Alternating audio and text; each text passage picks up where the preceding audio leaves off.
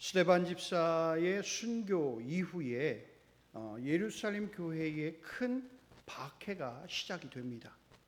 이 사건은 교회의 부흥을 이루는데 매우 중대한 전환점이 됩니다.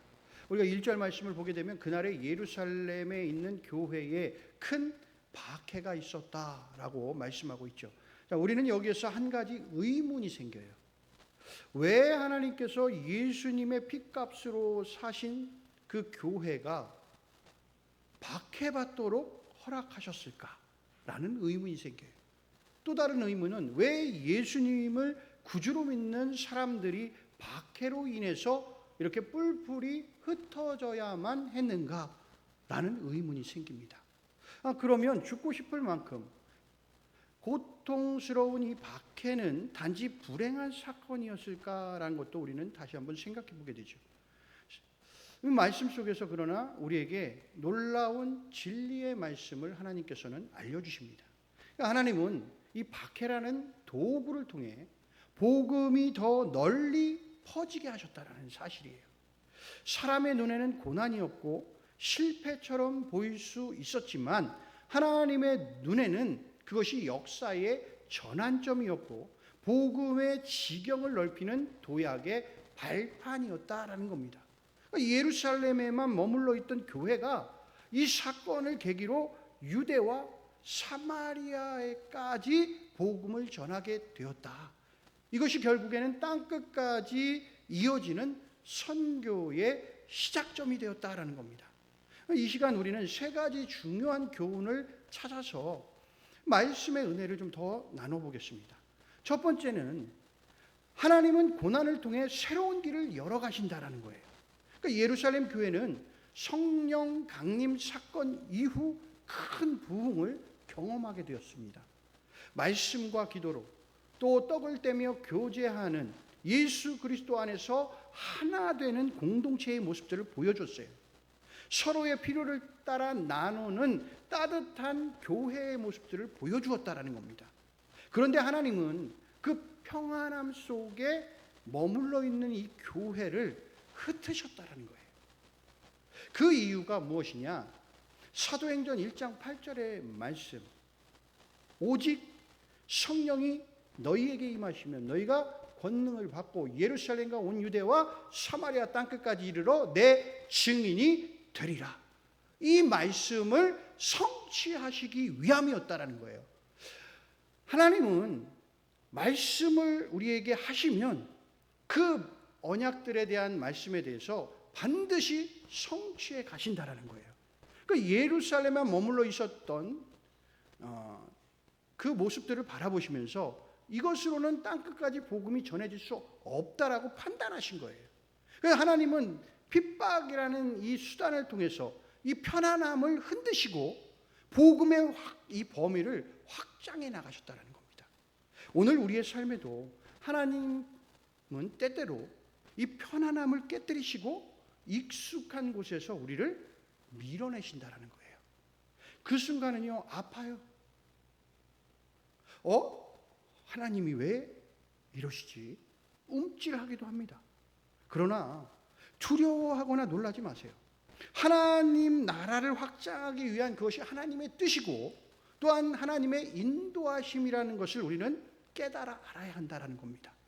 오늘 1절 하반절의 말씀을 보세요. 사도 외에는 다 유대와 사마리아 각 지방으로 흩어졌다라고 말씀하고 있죠.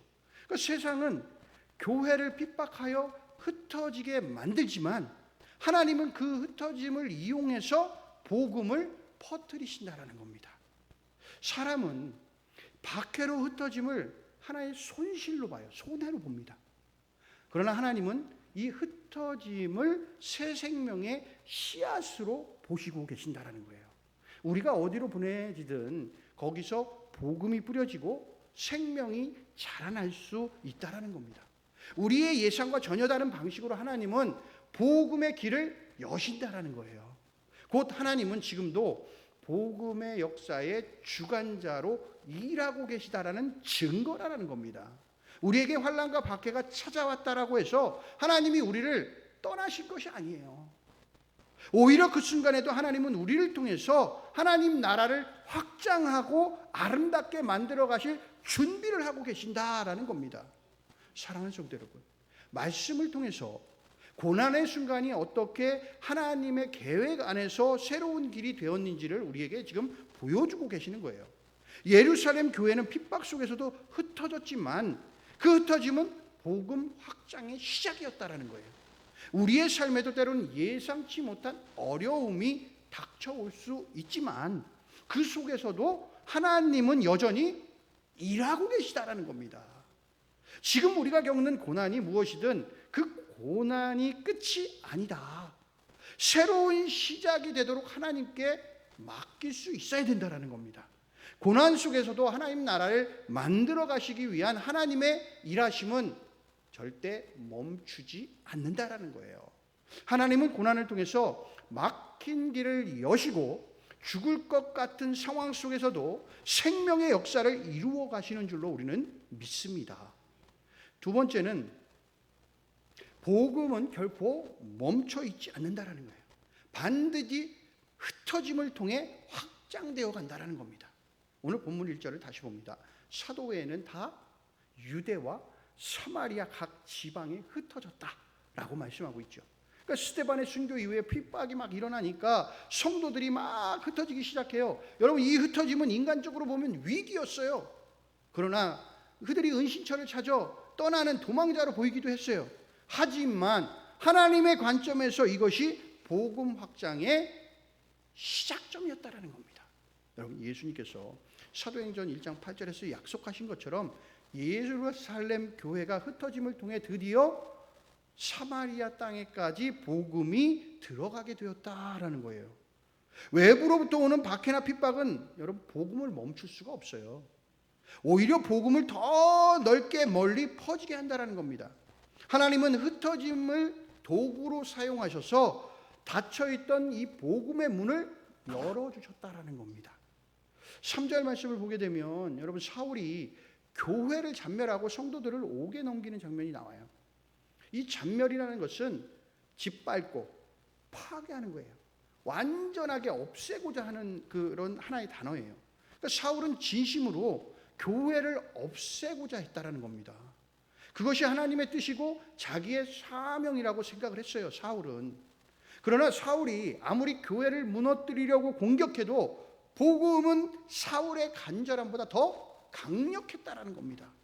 놀랍게도 복음이 사울의 그 왜곡된 진리를 꺾어버리고 참 진리를 깨닫게 해서 땅끝까지 복음을 전할 수 있도록 복음의 전도자로 변화시켰다라는 거예요. 하나님은 악한 자의 행동조차도 때론 자신의 선한 뜻을 이루는 도구로 바꿔서 사용하신다라는 겁니다. 사랑하는 성도 여러분, 복음은요 단순한 사상이나 종교가 아니에요. 여러분, 살아있는 능력인 줄로 믿습니다. 세상은 복음을 막을 수 없어요. 왜냐하면 복음은 하나님의 능력이고 생명력 그 자체이기 때문에 그래요. 그래서 복음을 세상은 막을 수가 없는 거예요. 오히려 복음을 막기보다 복음을 때로는 우리 복음을 전하기 위한 우리 교회를 핍박하고 박해하고 어려움을 줄 때 더 오히려 그 복음은 널리 퍼져나간다는 겁니다. 우리도 지금 흩어짐 가운데 있을 수 있어요. 여러분, 이 흩어짐이 낯설기도 하고요, 어렵고 때로는 고통스럽게 느껴질 수도 있지만 여러분, 우리가 하나님의 시선으로 이제 바라보십시오. 영적인 눈으로 바라볼 때 그 자리가 복음이 뿌려질 수 있는 새로운 자리일 수 있다라는 생각을 마음속에 품고 살아갈 수 있기를 바랍니다. 초대교회 성도들이 박해로 흩어지지 않았다라면 여러분, 사마리아에는 여전히 복음을 듣지 못했을 거예요. 땅 끝에 복음은 전해지지 않았을 겁니다. 우리에게도 삶의 갑작스러운 흩어짐의 순간들이 나타날 수 있어요. 누군가에게는 이것이 복음이 전해지는 계기가 될 수 있다는 걸 여러분 꼭 기억하시기를 바랍니다. 하나님은 안주해 있던 나를 흔들어서 흩어진 나를 통해서 반드시 일하실 겁니다. 여러분, 하나님이 일하시도록 여러분들은 늘 그것에 준비되어 있기를 바랍니다. 아, 내가 고통이 왔어. 내가 지금 핍박과 박해가 왔어. 어려움이 왔어. 움츠러들고 내가 이것은 할 수 없어 도망치고, 그것이 아니라 여러분, 하나님이 나를 통해 준비하고 계시는구나, 하나님이 무언가 나를 통해 일하려고 하시는구나, 여러분 준비하고 계시기를 바랍니다. 그러면 반드시 하나님은 여러분들을 통해서 반드시 하나님의 나라를 확장시키고 또한 부흥의 역사를 만들어가는데 반드시 주인공으로 여러분들을 세우실 줄로 믿습니다. 여러분, 복음은 멈추지 않아요. 여러분, 박해도요, 흩어짐도요, 눈물도요, 복음을 멈추게 할 수 없어요. 오히려 하나님은 그 고통의 순간을 사용하셔서 복음이 더 멀리, 더 깊이, 여러분 더 강하게 퍼져나가게 하신다라는 겁니다. 오늘 우리 교회와 개인이 처한 이 현실이 아무리 어려워 보여도 하나님은 지금도 흩어진 그 자리에서 새로운 복음의 역사를 시작하고 계시는 줄로 믿습니다. 여러분, 우리 교회를 통해서도요, 하나님은 반드시 새로운 복음의 시작을 이루어 가실 거라고 믿습니다. 여러분, 우리가 움츠려 있으면 안 돼요. 더 힘을 발휘하고 하나님이 주시는 힘과 능력과 지혜를 통해서 내가 오늘도 이 자리에, 지금 힘들고 어렵지만 반드시 이 자리가 또 오늘도 하나님이 나를 통해 복음을 전하실 하나의 무대를 마련해 주셨구나 라고 생각하시면 될 겁니다. 그러면 여러분을 통해서 복음은 더욱더 확장되어져 나가고 그를 통해서 하나님의 귀한 나라가 아름답게 세워질 줄로 믿습니다.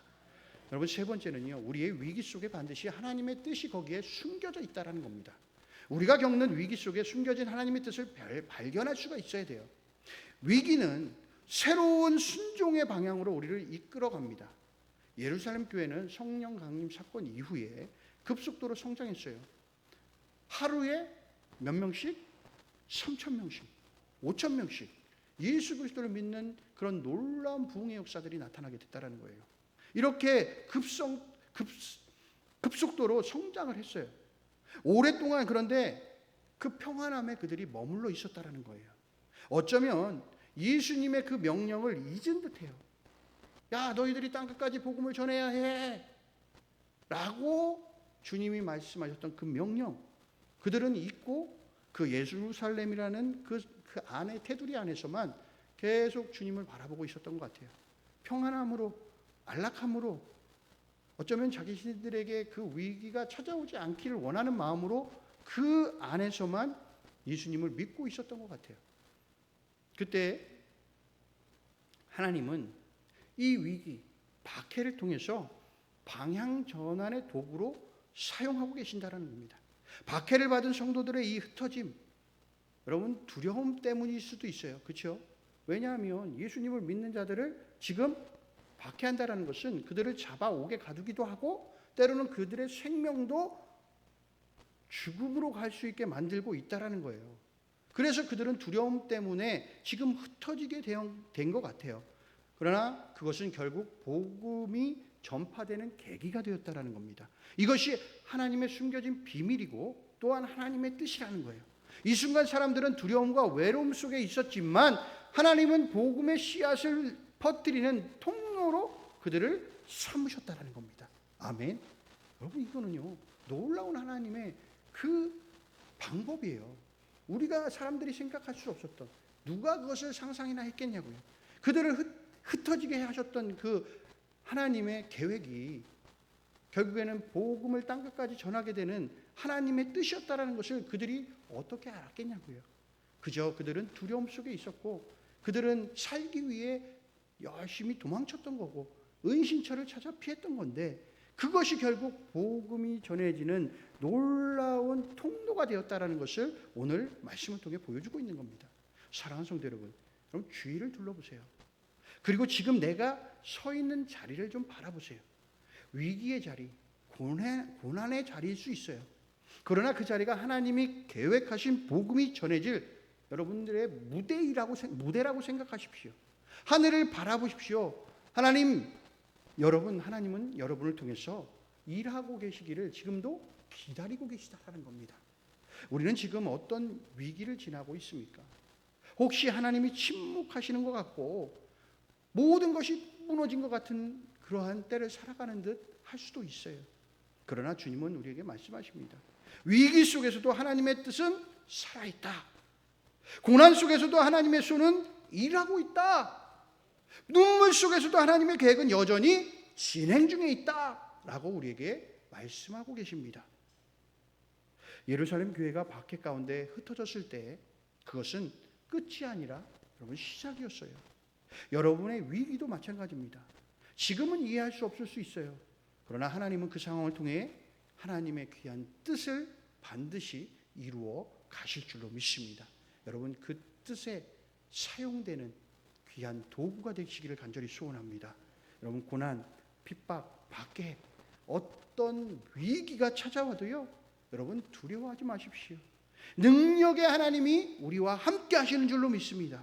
놀라지 마십시오. 하나님은 우리의 아버지가 되신다고요.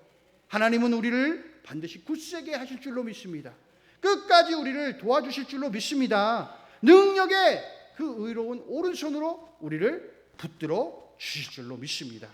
이 순간이 여러분 복음을 전할 순간임을 깨닫고 땅끝까지 복음을 전하는 예수 그리스도의 증인이 되기를 주님의 이름으로 간절히 소원합니다.